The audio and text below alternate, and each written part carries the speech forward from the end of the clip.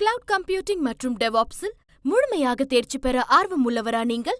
இந்தியாவிலேயே முதல் முறையாக இகாஸ் கிளவுட் 1-to-1 மற்றும் குழு முறையிலும் அனுபவம் மிக்க பயிற்சியாளர்களால் ஆன்லைன் வழியாக வகுப்புகளை வழங்குகிறது. தினசரி மற்றும் வாராந்திர பயிற்சி வகுப்புகள் மூலம் கிளவுட் மற்றும் டெவாப்ஸ் சான்றிதழ்களை பெறலாம்.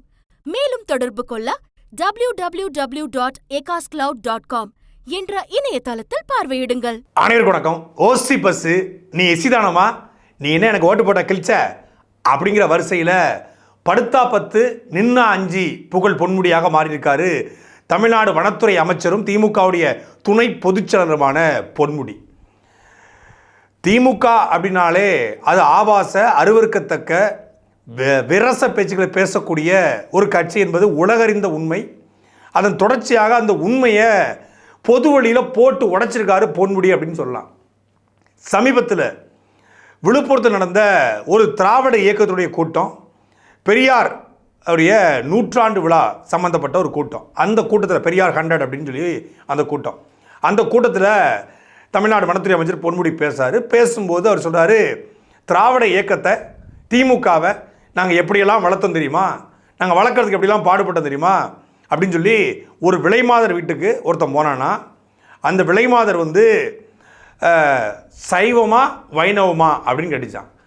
இதில் என்ன சைவமா வைணவம் இருக்குது அப்படின்னு, இல்லை சைவமா வைணவமா அப்படின்னு கேட்டாங்களாம்.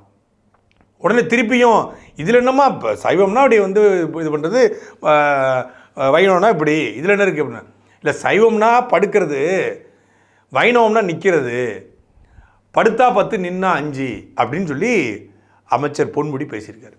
ஒரு விலை மாதவியின் வீட்டுக்கு ஒருத்தன் போகிறான். போகும்போது அங்கே அந்த அம்மா கேட்குது, நீ பார்த்து நீங்கள் சைவமா வைணவமா அப்படின்னு கேட்குது. அவனுக்கு ஒன்றும் புரியல. அவன் பணம் எவ்வளோ 5 கொடு 10 கொடுன்னு கேட்டான்னா ரைட்டு. என்னடா இங்கே வந்திருக்கிறோம் நாம ஒரு விலை மாத வீட்டுக்கு, நம்மளை சைவமா வைணவமான்னு கேட்குறாங்க அப்படின்னு கேட்டான். அந்த அம்மா சொல்லிச்சான், என்னம்மா ஒன்றும் புரியலையே அப்படின்ட்டான். ஒன்றும் இல்லை, சைவம்னா இப்படி வைணவம்னா இப்படின்னுச்சான். ஒன்றும் புரியல, சைவம்னா இப்படி வைணவம்னா இப்படி, ஒன்றும் புரியல. என்னவா சொல்கிற, இதுன்னா அது தீபம் விபூதி இது தானே, அதில் என்ன இருக்குது அப்படின்னா, இல்லை சைவம்னா படுத்துக்கிறது, வைணவம்னா நின்னுங்கிறது, நின்னுங்கண்ணா 5 படுத்தா 10. ஒரு சாதாரண நாளாந்திர பேச்சாளராக இருக்கக்கூடிய திமுகவை சார்ந்த இந்த பிரசன்னா, இந்த ராஜீவ்காந்தி பையன், இந்த மாதிரி ஆட்கள் இதை பேசியிருக்காங்க அப்படின்னா அதை கடந்து போயிடலாம். வாழும் பெரியாராக வாழும் ஈவேராக இருக்கக்கூடிய சிவாஜி கிருஷ்ணமூர்த்தி, இந்த சைதை சாதிக்கு, இந்த லியோனி, இந்த மாதிரி ஆட்கள் இதை பேசியிருக்காங்க அப்படின்னா இதை கடந்து போயிடலாம். பேசியிருப்பது தமிழ்நாட்டில் 6 முறை சட்டமன்ற உறுப்பினராக, 2 முறை அமைச்சராக, 3 முறை அமைச்சராக இருந்த ஒரு மூத்த அரசியல்வாதி, ஒரு பேராசிரியர், ஒரு முனைவர், பல கல்லூரிகளையும் பல பள்ளிக்கூடங்களையும் நடத்தக்கூடிய ஒரு கல்வியாளர். அவர் பேசியிருப்பது தான் மிகப்பெரிய வருத்தத்துக்குரியது, கேவலமானது, அருவருக்கத்தக்கது. அதில் அவர் பேசிட்டு அவர் சொல்றாரு, ஒரு நமட்டு சிரிப்பு பூக்கள், அதில் கரடி கக்கூஸ் போன மாதிரி ஒரு சிரிப்பு. அதில் ஏன்னா பேசுறது வக்கரம், பேசுறது அருவருப்பு. மகளிர்லாம் மன்னிச்சுக்கோங்க, என்னைய விலைமாதர், விபச்சாரம், பாலியல், அடுத்தவன் மனைவியை பற்றி பேசுவது, இதை தவிர இவங்களுக்கு பேச்சு இல்லைங்கிறத நிரூபிச்சிருக்காங்க. இதில் பெண்களை இழிவுபடுத்தி விட்டதாக பல பேர் கண்டிக்கிறாங்க. இதில் பெண்கள் இழிவுபடுத்தப்படலை, விலைமாதர் இழிவுபடுத்தப்படலை. இதில் இழிவுபடுத்தப்பட்டது யாரு? பல கோடிக்கணக்கான சைவ மதத்தை பின்பற்றக்கூடிய, சைவ வழிபாட்டை பின்பற்றக்கூடிய, சிவனை முருகனை வழிபடக்கூடிய தமிழர்கள் அவமானப்படுத்தப்பட்டிருக்காங்க. வைணவத்தை பின்பற்றக்கூடிய தமிழர்கள் அவமானப்படுத்தப்பட்டிருக்காங்க. சைவமும் வைணவமும் தமிழர்களுடைய கோட்பாடு, தத்துவம், இறையியல் மெய்யியல் கோட்பாடு. நமக்கு சைவம்னா என்னங்க தெரியும்? சைவம்னா சிவன் ஞாபகத்துக்கு வருவார், சைவம்னா முருகன் ஞாபகத்துக்கு வருவார். சைவம் அப்படின்னா நமக்கு அப்பர் சுந்தர் மாணிக்க வாசகர், திருஞான சம்பந்தர் ஞாபகத்துக்கு வருவாங்க. நமக்கு சைவம் அப்படின்னா தஞ்சை பெருவுடையார் கோவில் ஞாபகத்துக்கு வரும். சைவம்னா நடராஜர் கோவிலும் திருவண்ணாமலை கோவிலும் திருவானைக்காவல் கோவிலும் ஞாபகத்துக்கு வரும். சைவம்னா நெல்லையப்பர் கோவில் நமக்கு இது ஞாபகத்துக்கு வரும். வைணவம் அப்படின்னா தேவாரம் ஞாபகத்துக்கு வரும். வைணவம்னா 12 ஆழ்வார் பெருமக்கள் ஞாபகத்துக்கு வருவாங்க. சைவம்னா 63 நாயன்மார்கள் ஞாபகத்துக்கு வருவாங்க. நமக்கு சைவம்னா அது ஞாபகத்துக்கு வரும். ஆனால் திராவிட கும்பலுக்கு பொன்முடிக்கு சைவம்னா படுக்கிறது ஞாபகத்துக்கு வரும்னா பிரச்சனை யாருக்கிட்ட? அவங்க மண்டைக்குள்ள இருக்கு. சைவம்னா தேவாரம் திருவாசகம் ஞாபகத்துக்கு வரும். சைவம்னா 63 நாயன்மார்கள் ஞாபகத்துக்கு வருவாங்க. வைணவம்னா 12 ஆழ்வார் பெருமக்கள் ஞாபகத்து வருவாங்க. ஆழ்வார் எழுதிய பாசுரம் ஞாபகத்துக்கு வரும். திருவம்பாவை ஞாபகத்துக்கு வரும். சைவம் வைணவம்னா இவ்வளவு ஞாபகத்துக்கு வருது. ஆனால் பொன்முடிக்கும் திராவிட கும்பலுக்கும் இந்த திராவிட கோஷ்டிக்கும் சைவம் வைணவம்னா படுக்கிறது ஞாபகத்துக்கு வருது. அப்படின்னா பிரச்சனை யார்கிட்ட இருக்கு? பிரச்சனை சைவ வைணவத்தில் இருக்கா? இந்த திராவிட கும்பலுடைய மண்டைக்குள்ள இருக்கா? என்ன முழுக்க அவதூறு, என்ன முழுக்க ஆபாசம், என்ன முழுக்க வக்கர எண்ணம். சாதாரணமாக பேசுறது இல்லைங்க.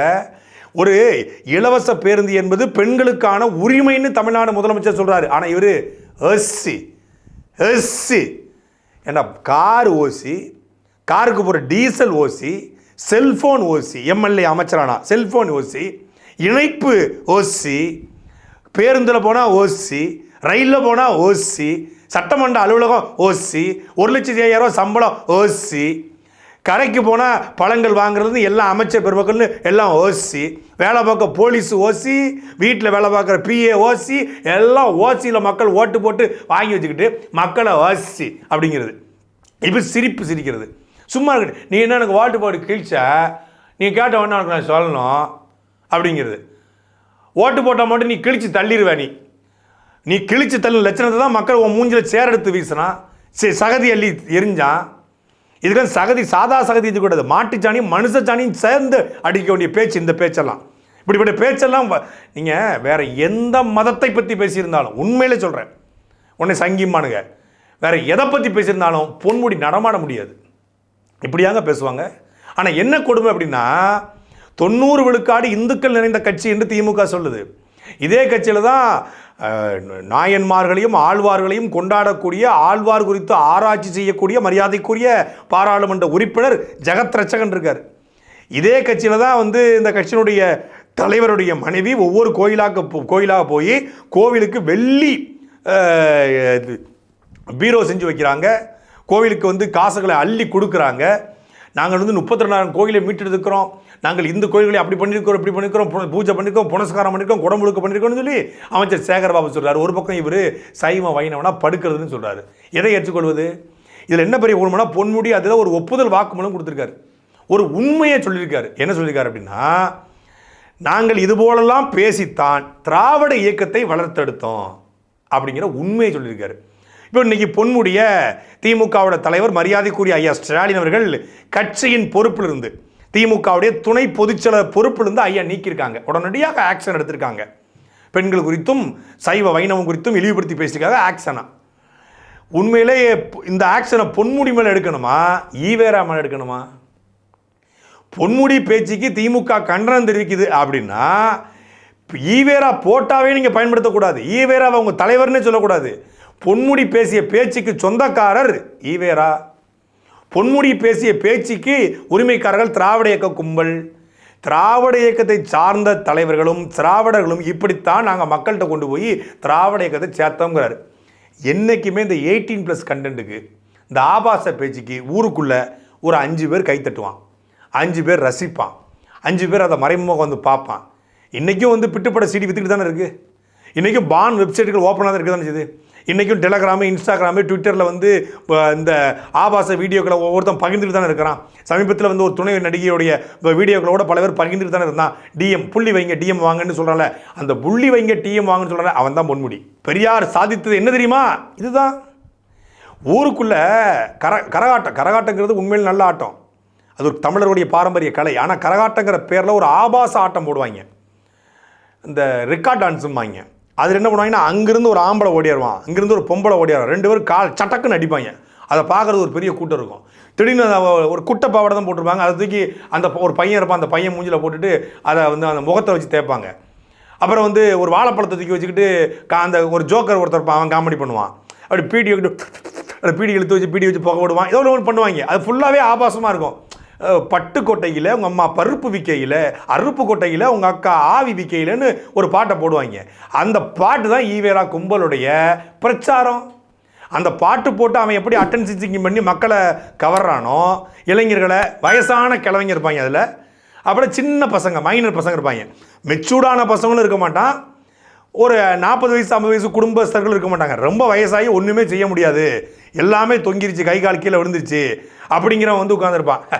இதையாவது பார்த்து ரசிக்குவோம், ஒன்றும் செய்ய முடியாது, இதையாவது பார்த்து ரசிக்குவோம் அப்படின்ற மாதிரி உட்காந்துருப்பாங்க. இன்னொன்று, அருமை மீசம் வளர்ந்து பாலியல் குறித்த எந்த புரிதலும் இல்லாமல் ஒரு தேடல் இருக்கும் இல்லையா, அது டீனேஜ் பருவம், அவன் போய் உட்காந்துருப்பான். இந்த ரெண்டையும் கவர் பண்ணுறது தான் இந்த திராவிட கும்பலுடைய வேலை. நல்லா கவனிச்சு பாருங்கள், திராவிட கும்பல் எவன் இருக்கானு, கிழட்டு பையன் இருப்பான் இல்லை சின்ன பையன் இருப்பான்.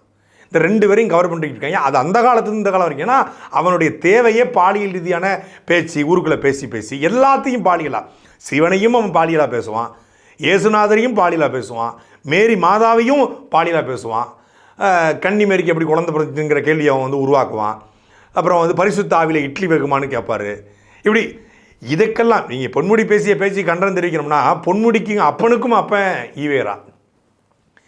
3வது, அதாவது ஒரு ஒரு ஒரு மாநாட்டினுடைய தீர்மானத்தில், சேலம் மாநாட்டு தீர்மானத்தில், உன்னுடைய மனைவி இன்னொருவனை விரும்பினால் நீ உன் மனைவியை அவனோடு அனுப்பிவிடு தீர்மானம் போட்டவனுடைய தொண்டர்கள், தீர்மானம் போட்டவருடைய வழிவந்தவர்கள் என்ன பேச்சு பேசுவான்?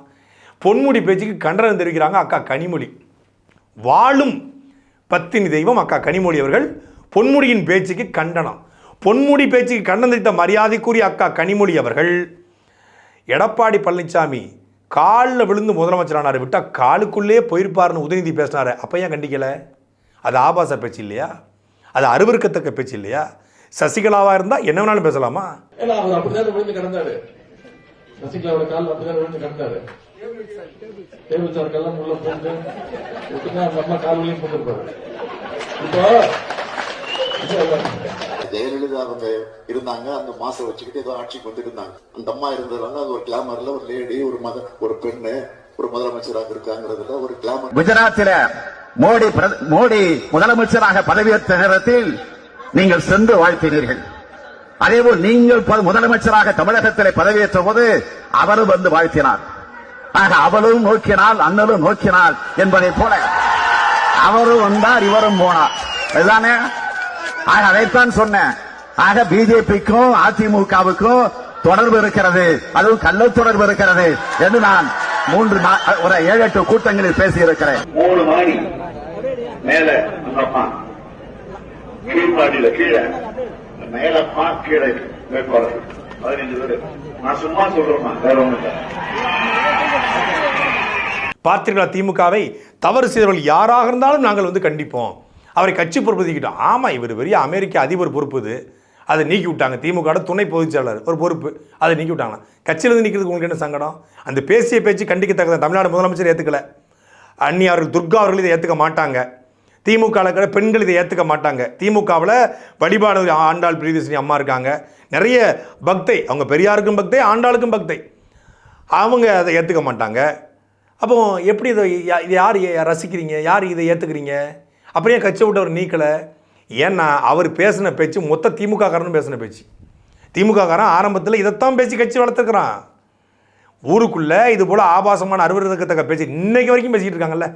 அண்ணன் சீமான் அவர்கள் பெரியார் பேசியதாக, பெண்கள் குறித்து பெரியார் பேசியதாக பேசிய கருத்திற்கு தமிழ்நாடு முழுக்க 73 இடங்களில் வழக்கு பதிவு செய்த தமிழ்நாடு காவல்துறை, திமுகவை சார்ந்தவர்கள், திராவிட இயக்கத்தை சார்ந்தவர்கள், திமுகவுடைய பெண்கள்லாம் கொதிச்சிருந்தாங்க. எப்படி இந்த கட்சியில் பெண்கள் இருக்கீங்க? என்ன பேச்சு பேசுகிறார் சீமான்?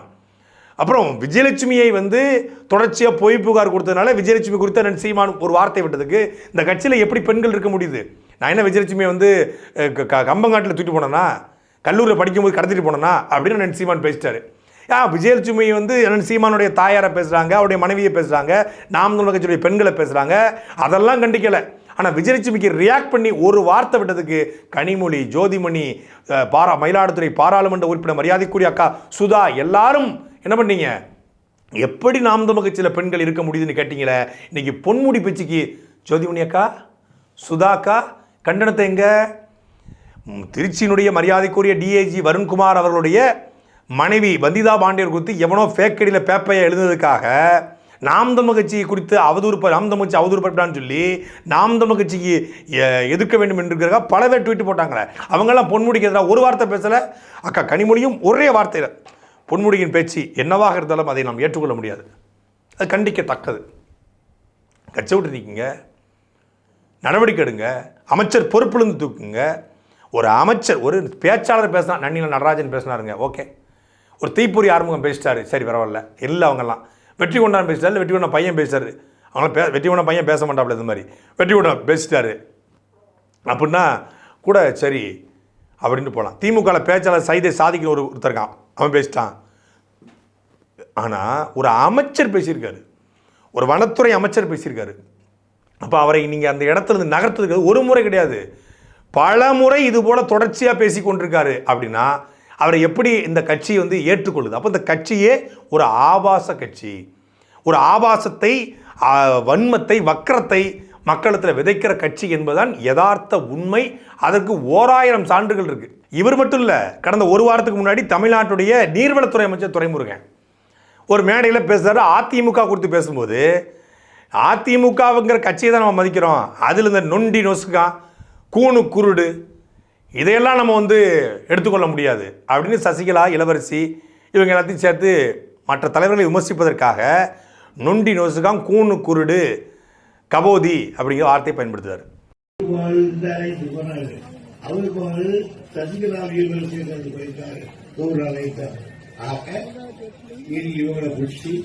நொண்டி குண்டி குழு குழு இதுங்களை சேர்த்து நொண்டி குண்டி குழு குழு இதுங்களை சேர்த்து எங்களை எதிர்க்க பார்க்கவில்லை. ஆனால் அவற்றையெல்லாம் நாங்கள் பிரமாணிகளுக்கு தயாராக இருக்கிறோம். நொண்டின்னு சொல்லக்கூடாது, மாற்றுத்திறனாளின்னு சொல்லி தமிழ்நாடு முதலமைச்சராக இருந்த மரியாதைக்குரிய ஐயா கலைஞர் கருணாநிதி அவர்கள் அந்த வார்த்தையை கொண்டு வந்தாங்க. அதுவும் கண் பார்வையற்றோர்னு சொல்லாதீங்க, பார்வை மாற்றுத்திறனாளின்னு சொல்லுங்கன்னாரு. அரவாணின்னு சொல்லாதீங்க, திருநங்கைன்னு சொல்லுங்க அப்படிங்கிற மாதிரி ஒவ்வொரு வார்த்தையும் கொண்டு வந்தவர் அவர் தான். அதில் மாற்றுக்கிறதே இல்லை. தமிழ் அறிஞர்கள் சொன்னாங்க, அதை அவர் அரசாணையாக வெளியிட்டார், அந்த வார்த்தைகளை பயன்படுத்தினார். கலைஞர் கருணாநிதியினுடைய அரசியல் விமர்சனம் தான் கூட இந்த வார்த்தைகளை யாரும் மறுக்க முடியாது. ஆனால் அப்படிப்பட்ட கலைஞரின் வளர்ப்புன்னு சொல்கிற நீங்கள் இந்த வார்த்தையை ஒரு மூத்த அமைச்சர் 8 முறை வென்றவர் தமிழ்நாட்டு அரசியல் அதே பொன்முடி காலத்தில் இருந்து 50 ஆண்டுகள் ஒரு மொழிப்போர் தியாகின்னு வேறு சொல்கிறார். அவர் மொழிப்போரத்தில் ஈடுபட்டு நான் திமுக நுழைஞ்சேன்னு சொல்கிறார். அப்படிப்பட்ட துரைமுருகன் பேசுகிறார். இப்போ பொன்முடிய பதவி விட்டு இந்த துணை பொதுச்செயலாளர் பதவியிலேருந்து நீக்கணுன்னே, ஐயோ பொருளாளர் பதவி ஏற்கனவே காலி பண்ண காத்திருக்காங்க, இப்போ இதுதான் சாக்கன்னு தூக்கினாலும் தூக்கிடுவாங்கடா அப்படின்னு சொல்லிட்டு டப்புன்னு கலைஞருடைய வளர்ப்பாக இருந்து கொண்டு நான் இதை பேசியிருக்க கூடாது, நான் இதை பேசியிருக்க வருத்தம் தெரிவித்துக் கொள்கிறேன். 88 வயசில் இவங்களுடைய எண்ணங்களை பாருங்கள். அப்போ என்னன்னா, தமிழ்நாடு அமைச்சரவை பட்டியல் கூடிய இந்த மூத்த அமைச்சர்கள் எல்லாருமே எதை பேசுகிறோம், என்ன பேசுகிறோம், எதுக்கு பேசுகிறோம், எப்படி பேசுகிறோம் என்பது தெரியாமல், அதாவது உளறி வைப்பது. நாங்கள் கேஷுவலாக பேசும்போது இப்படி தான் பேசுவோம். யார்? தமிழ்நாட்டுடைய சட்டத்துறை அமைச்சர் ரகுபதி. கேஷுவலாக சூனா பூனா தேனா மானா கூனா அப்படின்னு நாங்கள் பேசட்டுமா? நாங்கள் கேஷுவலாக பேசிக்குவோம். நாங்களாம் ஃப்ரெண்ட்ஸு. சிம்ரன் என்னை அவன் ரொம்ப கேவலமாக பேசுவான், அவன் குடும்பத்தை அதை விட கேவலமாக பேசுவேன். பட் இதெல்லாம் எங்களுக்குள்ள ஒரு என்டர்டைன்மெண்ட் அப்படின்னு வடிவேல் சொல்கிற மாதிரி அமைச்சர் சொல்லிட்டு இருக்காரு. கேஷுவலாக பேசும்போது நாங்கள் பேசுவோம். கேஷுவலாக பேசும்போது நீங்கள் வைணவம் சைவம்னா படுக்கிறது, படுத்தா 10 நின்னா 5, அதே என்ன படுத்தா 10 நின்னா 5ன்னு தெரியல சார். திமுக மூத்த அமைச்சரோட பேச்சுகள் சர்ச்சையை ஏற்படுத்துது. இப்ப பொன்முடியோட கட்சி பதவி பறிக்கப்பட்டிருக்கு சார். அது பேச்சுக்களுக்கு பேச்சுவாக்கில் நீங்க ஒன்று கேட்கிற போது நானும் கேஷுவலா ஏதாச்சும் ஒன்று சொல்றது இயற்கை. அந்த மாதிரி வருவதில் வேண்டும் என்று யாருமே எங்கேயுமே எதுவும் பேசுவது கிடையாது. திராவிட முன்னேற்ற கழகத்தினுடைய கொள்கைகளை வற்புறுத்தித்தான் நாங்கள் பேசுவோமே தவிர எங்கேயாச்சும் கேஷுவலா பேசிட்டு இருக்கிற போது ஏதாச்சும் ஸ்லிப்பாகி வர்ற வார்த்தைகள் சில விடும். அப்படித்தான் பொன்முடி என்கிற தனி நபர் அவர் பதவியிலிருந்து நீக்கப்பட்டாலோ, அமைச்சரிலிருந்து நீக்கப்பட்டாலோ, அவர் எம்எல்ஏ பதவியிலிருந்து தூக்கப்பட்டால் கூட அதனால் இந்த வார்த்தைகள் சரியாயிருமானா இல்லை. திமுக என்கிற கட்சி எவ்வளவு தவறானது, அவருடைய எண்ணம் எவ்வளவு தவறானது, அவர்கள் எப்படியெல்லாம் இந்த கட்சியை வளர்க்க ஆபாச பேச்சுக்களை, அவதூறு பேச்சுக்களை, வக்கர பேச்சுக்களை மக்களிடத்தில் பேசியிருக்கிறார்கள் என்பதற்கு எடுத்துக்காட்டு தான் பொன்முடியின் பேச்சு. இதை மக்கள் உணரணும். திமுகங்கிற இந்த கட்சி கூப்பிட உட்கார வைப்பதற்கு சரியான தருணம் வந்திருக்கிறது. இந்த 4 ஆண்டு கால நாரிப்போன ஆட்சியை முடிவுக்கு கொண்டு வர ஒரு சரியான தருணம் பிறக்க இருக்கிறது. அதுக்கான கடைசி அந்த சவப்பெட்டினுடைய கடைசி ஆணிகளை அடிப்பதில் பொன்முடியும் ஒரு ஆளாக அடிச்சிருக்காரு, துரைமுருகன் அடிச்சுக்கிட்டு இருக்காரு. இன்னும் இந்த ஓராண்டில் பல வக்கர புத்திகளோடு வெளியே வரும். இந்த பெரியாருடைய இந்த திராவிட கும்பலுடைய மொத்த வக்கர புத்தியும் மொத்த புத்தியுமே வக்கர புத்தி தான், மொத்த கும்பலுமே ஆபாச கும்பல் தான்.